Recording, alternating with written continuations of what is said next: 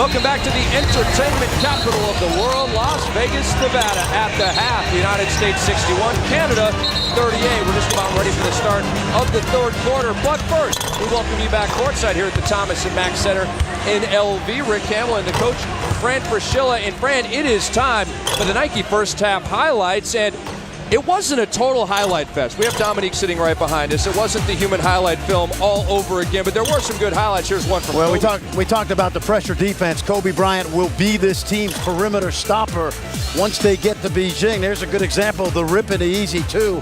And then outside shooting, always a concern for Team USA because they will see zone in this Olympic tournament. Dwayne Wade knocks one down, and then I'm not sure if Kobe called that one, but the clock running down, good presence of mind. Kobe 4 of 5 from the floor. Melo 5 of 9 from the floor. Wade hasn't missed. In time for the game track, Canada shooting 38%. The Americans 71%. USA 41 of their 61 points scored by the backcourt. And Wade and Anthony have combined for 24 points. That's your McDonald's game track. And Kobe Bryant 9 points. Michael Redd off the bench, the leader in that realm, with 8. The leader for Canada here at the half. Rowan Barrett, your good buddy, with 8 points.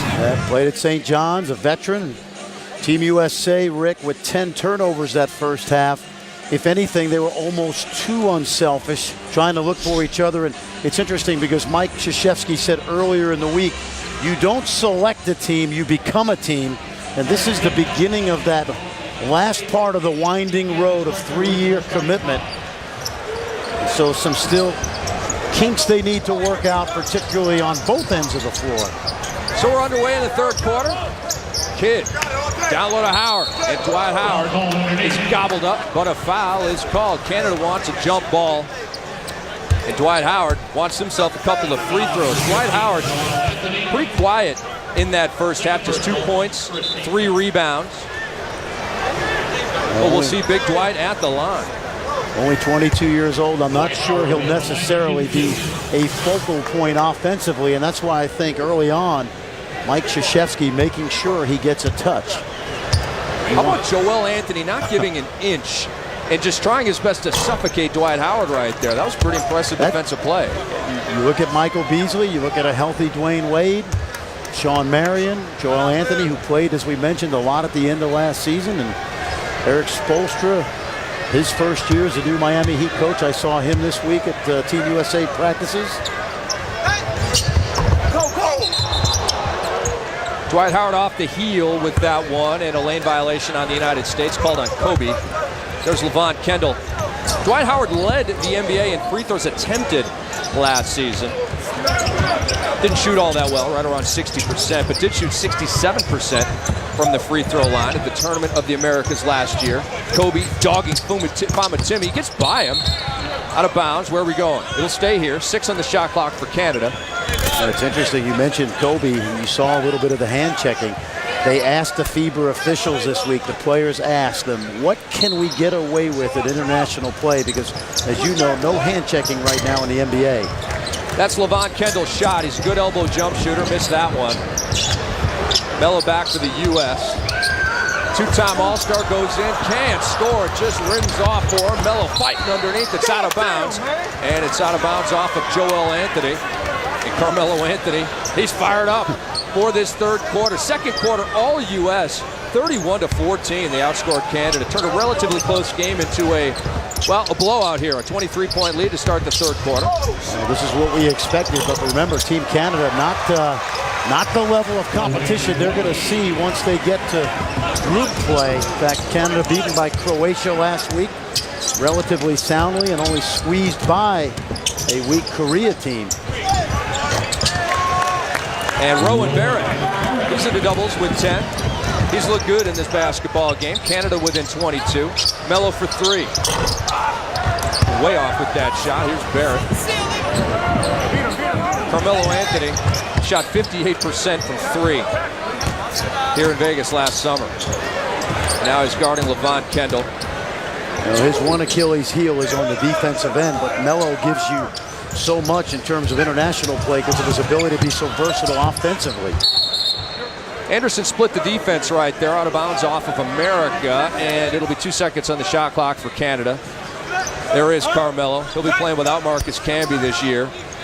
No, he's not happy about that, but Stan Kroenke, the owner of the Denver Nuggets, had to make a move to save some cash. They were well into the luxury tax. And a hoist right there by Rowan Barrett. It's a miracle not answered.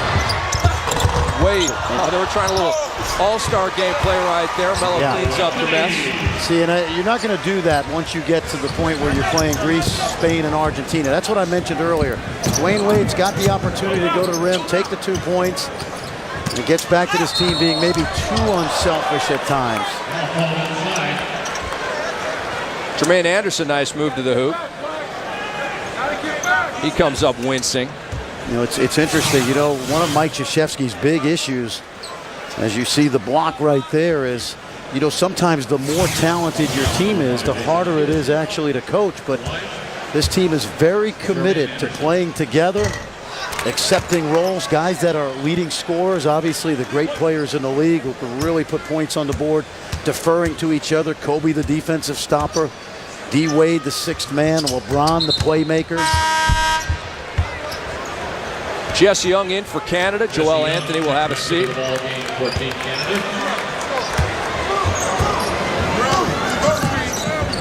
The communication and camaraderie this week at practice was just off the charts. Wade caught up in the air, and it's a turnover. Barrett back for Canada.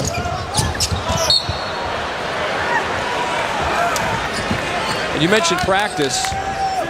Well, the unofficial count in terms of the senior team against the select team was 7 wins for the senior team, 3 wins for the select team, and 2 ties. Not a bad showing from Kevin Durant and Kevin Martin and Kobe Bryant 4-3.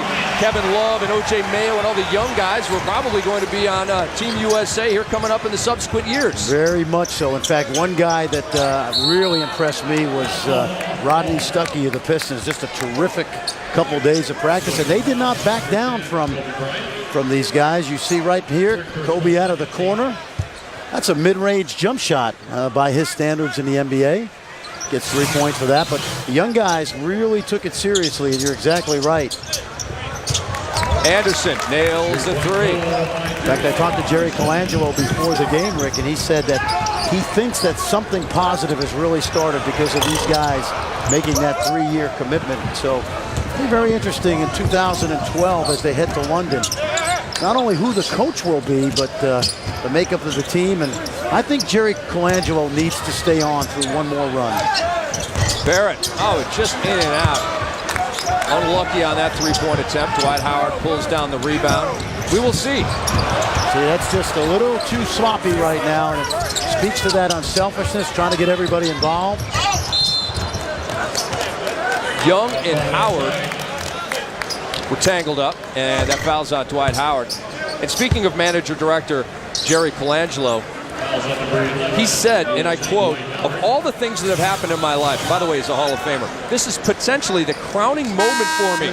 This is the moment I've been waiting for." And of course, he's talking about August 24th, gold medal game in Beijing. We all hope the United States are in that game. We all hope they win that game. Well, I can tell you, they are obviously the favorite, and but it's not going to be easy. I mentioned this 2 years ago when they played in the World Championship. This is a far better team and more prepared now. But Spain is outstanding. Argentina is outstanding.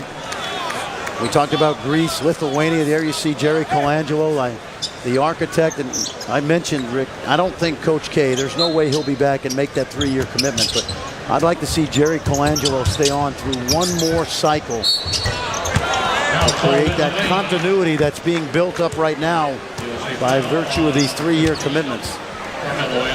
Rance Brempong was fouled. And coming up Thursday, USA Basketball continues on ESPN2, 8 a.m. Eastern Time. It's USA versus Turkey.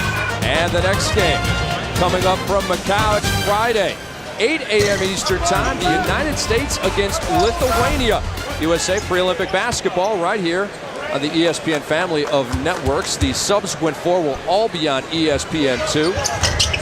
3 of them at 8 a.m. Eastern Time. So if you're a night owl, set your DVR. Here's Wade with the miss. Melo puts it back in. Let's see, I like the fact that Dwayne Wade right there, no showtime. He went right at the rim. Barrett gets by Wade, and Wade picked his pocket. Oh, my goodness. Oh, and Wade is fouled by Jesse Young. And they may have an intentional foul. They do. Bill Kennedy grabbed his forearm. That was a heck of a steal. I'm a little upset with Jesse Young right now because this was going to be a show from D. Wade. We were going to get a chance to really see how healthy this guy was on that jam. But you remember that international play, you see this a lot. A player, well, that's a great steal, but a player will pick up a foul, and you see Jesse Young right away put his hand up. And actually, in the last two pre-Olympic events, the World Championships and then last year the Tour of the Americas, Team USA started to do that as well on the defensive end, where they would keep a player from getting a breakaway. You'll give up the foul to eschew the opponent's highlight, if you will. Dwayne Wade hits them both, so it's 2 shots and the ball. So, you know, I don't like that foul. I understand you're trying to stop momentum. We got a blowout here. I think you let Wade go at that point. And it's 2 free throws and the ball. So, you know what I mean? If he just gives up the dunk, it's 2 points. Now you have a chance for a 5-point possession. But you know what's important? Team USA's got to get used to this, because that's how teams will play when it gets really serious. Right now, they're just messing around. Oh, Kobe messing around with a fadeaway J right in your face. Kobe's starting to feel it here in the third quarter. He's got 17. Well, Canada's now run out of gas, so it's important not for this to be showtime right now. Good move. Yep. Ranch Brempong hanging, going reverse and hitting. Best move of the day for Canada. See, there's got to be a little bit of playing for the crowd. And there's an example. But it's also got to be serious basketball. And when you talk about Chris Paul, as you mentioned earlier, Rick, the best in the league right now at making that play. To him, that's a high percentage play, though. Absolutely. You know, that's not a showboat play. That's just Chris Paul basketball.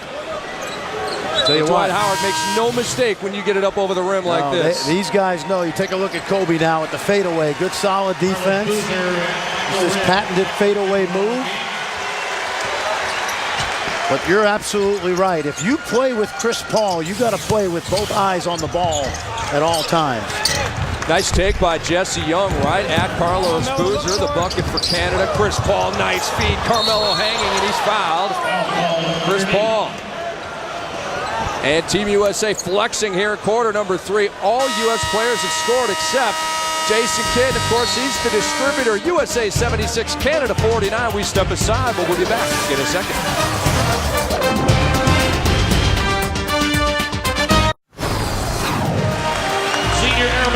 And we bring you back patriotically here at the Thomas & Mack Center in Las Vegas. The United States Air Force commanders currently stationed at Nellis Air Force Base are getting their just due. This sellout crowd here at the Thomas & Mack Center letting these gentlemen and these ladies hear it. And we appreciate what they do, no doubt about it. Rick Gamble, Fran Fraschilla on the call for ESPN here, the first exhibition game for USA. And last year, Rick, if you remember, Mike Krzyzewski brought a couple of wounded warriors to meet with the team prior to the start of practice. And what they did was they talked about selfless service, something that's a tenet of the military, and brought a tear to everybody in that room's eyes.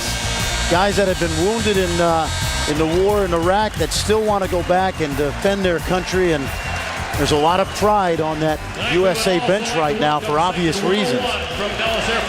And you've got quite the gig coming up after our gig here with ESPN and ESPN2. We're calling all 5 of these pre-Olympic games. What do you have going on, Frank? Well, I'm going to be heading back to the Persian Gulf on August 5th with Operation Hardwood, a bunch of college coaches who give a week of their time to spend time with the troops and actually coach the troops on the various military bases. Always looking forward to that assignment. And here is what is coming up on the pre-Olympic tour. Turkey on July 31st on ESPN2. August 1st, it's Lithuania. On the 3rd, it's a game against Russia. And on the 5th of August, a friendly against our friends from Australia. All games on ESPN2. 3 of the 4 at 8 a.m. Eastern time. I mentioned a sellout a moment ago. I'll give you the number, 18,498. And props to all these great people out here in Las Vegas for showing up for the last game on American soil for this USA basketball team before they head to China on the road to redemption. They won gold back in 2000 at the Sydney Olympics. then 6th at the 2002 World Championship, 3rd at the 04 Olympics, 3rd at the 2006 World Championship, and the USA just doesn't roll like that, Fran. No, times have changed. Times have changed. You go back to 1992, and Chuck Daly did not have to call a timeout during that entire Olympic run. And Chuck Daly sitting one row behind us. That's not unlike Will Chamberlain never fouling out of a game. I mean, that's just an unbelievable stat. Deron Williams strong to the cup, and he scores right in the face of Rance Brempong. We mentioned during the break that I would not be surprised if Jason Kidd takes a back seat as they get closer to Olympic play, because Williams and Paul, particularly fresh legs, and you saw Williams' strength on that last play, the ability to get to the rim. Look up, get in, Michael. And we've seen a lot of Paul and Williams on the court together. Red from the corner. That guy never misses. Michael Redd hits again. A designated shooter, and when you're playing with 2 point guards, you always keep your head up in transition. 3 for 3 from three-point range for Redd. He has 11 points. A little pick and roll defense right there. Something that Team USA obviously has worked on the last couple of years. Tayshaun Prince said of that, as we take a look at Deron Williams with a statement drive. He says, we have a lot of bigs. That's going to help us clamp down on the pick and roll and not cause as many problems as they normally would. And that's talking about the opponent. And Tayshaun says the key is stopping the ball. And pick and roll obviously has been a problem in terms of the losses suffered by USA in recent competitions. Well, it was. And you know, the interesting thing about pick and roll basketball from a coach's point of view, there's a split second when a screener screens for the ball where there's some indecision. And when you have the versatility that Team USA has on the perimeter, you can switch a lot of those ball screens. It makes it a little bit easier. But certainly a point of emphasis, I think, the last 2 training camps. I want to get back to that point in a second, but I mean, how can I talk over Michael Redd just drilling threes at will here in Vegas? 4 of 4 from downtown, and a violation over and back style by Carl English. And he keeps Chris Paul from taking the ball. I know Paul, the feisty competitor he is, isn't cool with that at all. Well, the ball movement now is with a purpose. Early in this game, I thought it was a little sloppy. And right now, Team USA's ball movement, outstanding. You see they're working Redd off screens. Oh, my. He should have taken that one from pro range. Here's Deron Williams. Nice little up fake. Back to Paul. He'll shoot a 3. And he'll hit that 3. Another. Threes are raining out of the sky here. That's a huge area of improvement for Chris Paul. You mentioned it. 37% from that NBA arc. This is a chip shot, really, the international line. And that makes his dribbling ability even better. English. Boozer can't control that rebound. Brempong into Jesse Young. A reload for Canada, and Boozer gets this one. CP13 back for USA. Michael Redd, this is more his range, and he was short on it. And the foul call on Jesse Young, defending Tayshaun Prince. Hey, Red Hot Kyle Busch is in search of his 8th Sprint Cup Series win at the sport's most famous track, the NASCAR Sprint Cup Series All-State 400 at the Brickyard on ESPN Sunday. Coverage begins at 1 p.m. Eastern with NASCAR Countdown. Back to the pick and roll thing for a second. Jason Kidd said in the past that's something that's hurt us. We haven't communicated as well as we should have. Well, and that's because you can't put all-star teams together, and we've proven it now, and expect to beat some of these elite international teams without some cohesiveness that takes place in practice every day. That was a big point of emphasis in the workouts this week. You see the Canadian bigs giving some trouble to the United States bigs, Bosch, Boozer, Howard. They just haven't been able to dominate down low. Brempong and Young and Joel Anthony, they've done a nice job for Canada. Well, I don't think this team's going to get a lot of scoring down low, Team USA. It's going to come off of drives, but it's going to be a perimeter-oriented and fast break type club. Jermaine Anderson with 14. He's been looking good for Canada. Here's Deron Williams. Faking Kendall out to Prince. That's a long 2, and it's good. That's international basketball right there. Something that this team has gotten better and better at. The drive and the dish, the kick out. That's what I mean by saying the game is played from outside in. You collapse the defense off the drive from the perimeter, and that will open up that three-point line. Yeah, you Good see the aggressive switch out. defense, yes. Yep. English had nowhere to go. Brempong with 3 on the shot clock. Denied by Tayshaun Prince. Trademark defense by the Palace Prince here at the Thomas and Mack. And it's Paul to Darren Williams. Rebound Brempong. Now you saw the ability of Chris Bosh that last possession to move his feet so well and get out on that ball screen. Brown's had it taken away. Paul to Darren Williams. Oh, look at the fakes. Oh, he's zigging and zagging, and Jermaine Anderson has no clue. He's been watching Manu Ginobili right there, the sidestep. The Euro step. That's the Euro step right there. Good move by the young man from Dallas. 2 Dallas natives on this roster, Bosh and Williams. Williams into doubles with 10. 34-8 points off turnovers in favor of guess who? Here's Michael Redd. And the U.S. will set up. See, I think in this third quarter, Rick, much more of a sense of purpose. First quarter, second quarter, just trying to get the kinks out. Very impressive. Some of the crowd getting to their feet as CP3 puts on a dazzling move at the end of the third quarter. Oh, what a move by Chris Paul. 17-2 run to end the third for USA basketball. And LeBron James, the first one out to meet his dudes and tell them they're doing great here at the Thomas and Mack. First exhibition game, 1st to 5 for USA. The first quarter, second and third have been superb from Team USA. Well, they're here from Canada as well, but it's been all USA the last 2 quarters. We got the fourth coming up, 10 more minutes of highlights. Why would you go anywhere?